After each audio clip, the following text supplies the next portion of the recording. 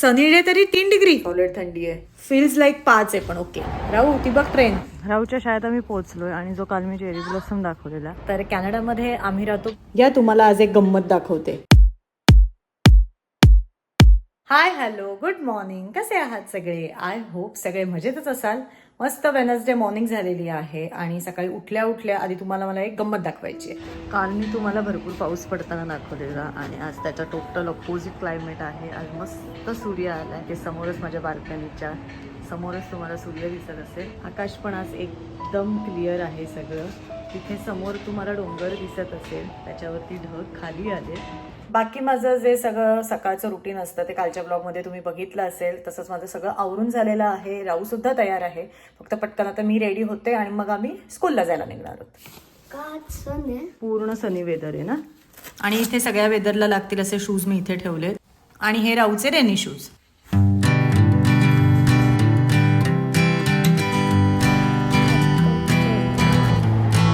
राहू ती बघ train. Hanging on, walking tall.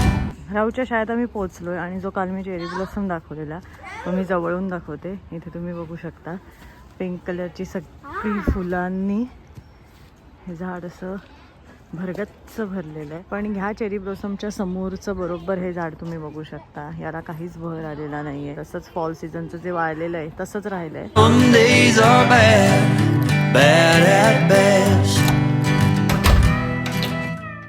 राहुला सोडून घरी आलेले आहे, मस्त फ्रेश झाली आहे. आणि त्यानंतर माझं काय रुटीन असतं हे काल मी तुम्हाला थोडंसं दाखवलंय. तसंच आता मी पहिले ठेवते चहा. फक्त आज प्लॅन करते चहा मस्त इथे बाल्कनीमध्ये पिऊया. आणि ही राहूच्या रूमची विंडो आहे, तिकडनं सुद्धा डिरेक्टली तुम्हाला बाल्कनीमध्ये जाता येतं. सकाळी जसं तुम्हाला दाखवलं मस्त सन आलेला आहे आज, इथे तुम्ही बघू शकता. पण सकाळी जरा घाईघाईमध्ये दाखवलं, सो इथे तुम्ही बघू शकता. खूप कमी वेळा असं होतं की या बाल्कनीमध्ये येणं होतं, कारण एकतर बाहेर प्रचंड थंडी असते, पाऊस पडत असतो आणि पावसात ही सगळी बाल्कनी ओली होते. पण आज इथे मस्त सन आहे, सो मी म्हणते इथे मस्त 2 चेअर टाकूया आणि मी आणि पुष्कर आज मस्त इथे चहा एन्जॉय करणार आहोत.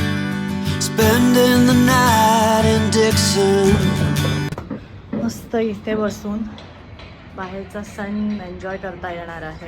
सकाळी मी तुम्हाला तो समोरचा डोंगर दाखवला होता तेव्हा त्यात ढग आले होते आणि आता एकदम जर तुम्ही टॉपला तिथे बघितलं तर तिथे बर्फ आहे. आणि मी ऐकलंय कॅनडामधला समर भारी असतो आणि हळूहळू आम्ही ते एक्सपिरियन्स करतोय. आणि म्हणून मी अशा छोट्या छोट्या गोष्टी तुम्हाला दाखवते, कारण आमचासुद्धा इथला हा पहिलाच समर आहे आणि आत्ता जरा समर सीझन सुरू झाला आहे आणि नेचर इथे अप्रतिम आहे. आत्तासुद्धा मागे बघू शकता स्काय जर तुम्ही बघितलं एकदम क्लिअर आहे आणि ढग असे वेगवेगळे पॅचेस तुम्हाला दिसू शकतात. ऊन जरी असलं तरी इथे तुम्ही बघू शकता टेम्परेचर 3 डिग्री सेल्सिअस आहे आणि पुढचे 1-2 तास तरी इथे दाखवते सनी वेदर असणार आहे.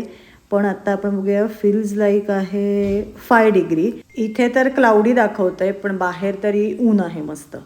समोर जे डार्क ग्रीन कलरचं झाड आहे याला पाईन ट्रीज म्हणतात. कॅनडामध्ये ह्या तुम्हाला सगळीकडे बघायला मिळते. चहा झाला असेल आपला. चहा घेऊन मस्त बाल्कनीमध्ये बसली आहे आणि जे ते समोरचं झाड आहे तुम्ही बघू शकता, ती पानं इतकी क्यूट हलतायत. पुष्कर येतोय चहा प्यायला, त्याचा एक कॉल सुरू आहे, सो चहासाठी थांबूया. त्यात एक छोटीशी गोष्ट तुमच्याबरोबर शेअर करते की इथलं वेदर कसं आहे. तर कॅनडामध्ये आम्ही राहतो ब्रिटिश कोलंबियामध्ये. सो जनरली इथे बघायला गेलं तर प्रत्येक महिन्यात पाऊस पडतो. एकदम मुसळधार पाऊस असा नाही पडत, म्हणजे आम्ही आल्यापासून तरी तसा अनुभवलेला नाही आहे. एक रिमझिम संततधार पाऊस पडत असतो. आणि त्यात आता एप्रिल आहे, सो हा समर सीझन आहे. तर मग काही दिवस पाऊस पडतो, काही दिवस पूर्ण सन असतो. जसं आज तुम्ही बघत असाल आज पूर्ण सनी डे आहे. जर काल बघितलं तर पाऊस पडत होता. मग फॉल सीझन येतो, मग विंटर येईल, त्यात स्नो पडतो. पण जरी स्नो पडत असेल तरी पाऊस हा पडतो. त्यात काही दिवस स्नो पडेल, काही दिवस पाऊस पडेल. सो असं मिक्स क्लायमेट इथे असतं आणि थंडी ही कॉमन असते. म्हणजे आता आज सकाळी जरी बघितलं असेल एवढा सन आहे तरी टेम्परेचर मात्र 3 डिग्री असतं. फक्त तुम्हाला ते फील होत नाही. म्हणजे आज मी मी निदान इथे उभी तरी राहू शकते. पण जर वारा असेल किंवा पाऊस असेल, बर्फ पडतं, तर इथे बाल्कनीमध्ये सुद्धा उभं राहता येत नाही, इतकी थंडी वाजते. सो असं मिक्स वेदर कायम असतं. आत्ताच इथे तुम्ही बघू शकता की लगेच थोडंसं क्लाउडी वेदर झालंय. सो हे सतत चेंज होत असतं. चहानंतर जसं मी म्हटलं, आता मला बाकीचं जरा घर आवरायचं असतं. त्यातली ही एक आहे राऊची रूम. काल तो हे सगळं खेळलाय आणि मग तो शाळेत गेल्यानंतर मी हा सगळा त्याचा पसारा आवरून ठेवते. तसं बऱ्यापैकी इथे बघू शकता त्याने सगळं नीट छान लावून ठेवलंय, कारण राऊला गाड्या खूप आवडतात. आणि मग हा जो ट्रेन सेट आहे तो इथे कॅनडात आम्ही त्याला नवीन घेतलाय. ही ट्रेन चालू केली की ती अख्खी असा ब्रिज फिरते.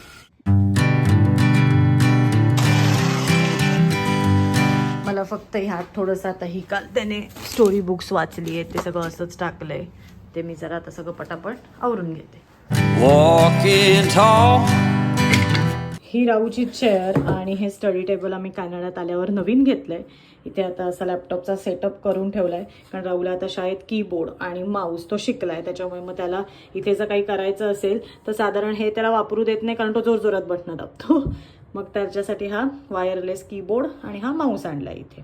हा लॅपटॉप पण कॅनडामध्ये आल्यानंतर आम्ही नवीन घेतला, कारण आमचा जो जुना लॅपटॉप आहे तो इंडियात नाही येताना आम्ही इथे घेऊन आलो होतो. पण त्याची अवस्था काय झाली आहे मी तुम्हाला दाखवते, कारण आता त्याला जवळजवळ 12 वर्ष झाली आहेत. हा आमचा जुना लॅपटॉप आहे आणि इथे बघू शकता तुम्ही हा तुटलाय.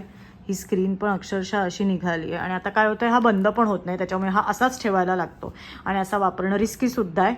त्याच्यामुळे तो आम्ही नवीन घेतलाय. ही रूम आता मस्त आवरून झाली आहे. आता आपण वळूया बाथरूमकडे. सकाळच्या गडबडीत सगळ्या गोष्टी अशा तिथे प्लॅटफॉर्मवरती ठेवल्या जातात. इथे तुम्ही बघू शकता, इथे असे 2 ड्रॉवर दिलेत आम्हाला. या पहिल्या ड्रॉवरमध्ये या सगळ्या गोष्टी आता आपण पटापट ठेवून घेऊया.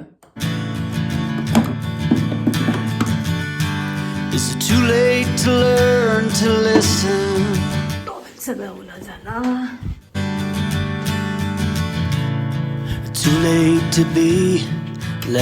बाथरूम पण मस्त सगळं क्लीन झालंय. सो आत्तापर्यंतची सकाळची सगळी कामं माझी आवरलेली आहेत.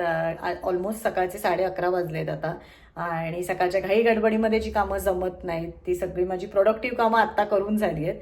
आणि आता मी गिल्ट फ्री आराम करणार आहे, कारण कधीतरी असं होतं की मी नुसता आराम करते आणि घरातली सगळी कामं पडली आहेत किंवा आपण नुसतंच झोपतोय का, हे स्वतःलाच गिल्ट येतं कधीतरी. पण छान असं सगळं आवरून झालंय आणि आत्ता थोडासा आराम करते. पण परत पुढचं रुटीन आहेच, जेवण बनवायचं आहे, परत राऊला घ्यायला जायचं आहे, संध्याकाळचं रुटीन आहे. सो आजचं हे जे सकाळचं माझं रुटीन होतं आणि आज तुम्हाला मी छान इथल्या सनी वेदरमध्ये निसर्ग कसा दिसतो किंवा काय फील होतं हा माझा एक्सपिरियन्स आज तुमच्याबरोबर शेअर केलाय. आणि असेच पुढचे पण छान छान व्लॉग तुमच्यापर्यंत मी घेऊन येणार आहे. आजचा हा व्लॉग इथेच थांबवतेय. भेटूया नेक्स्ट व्लॉगमध्ये. Bye bye.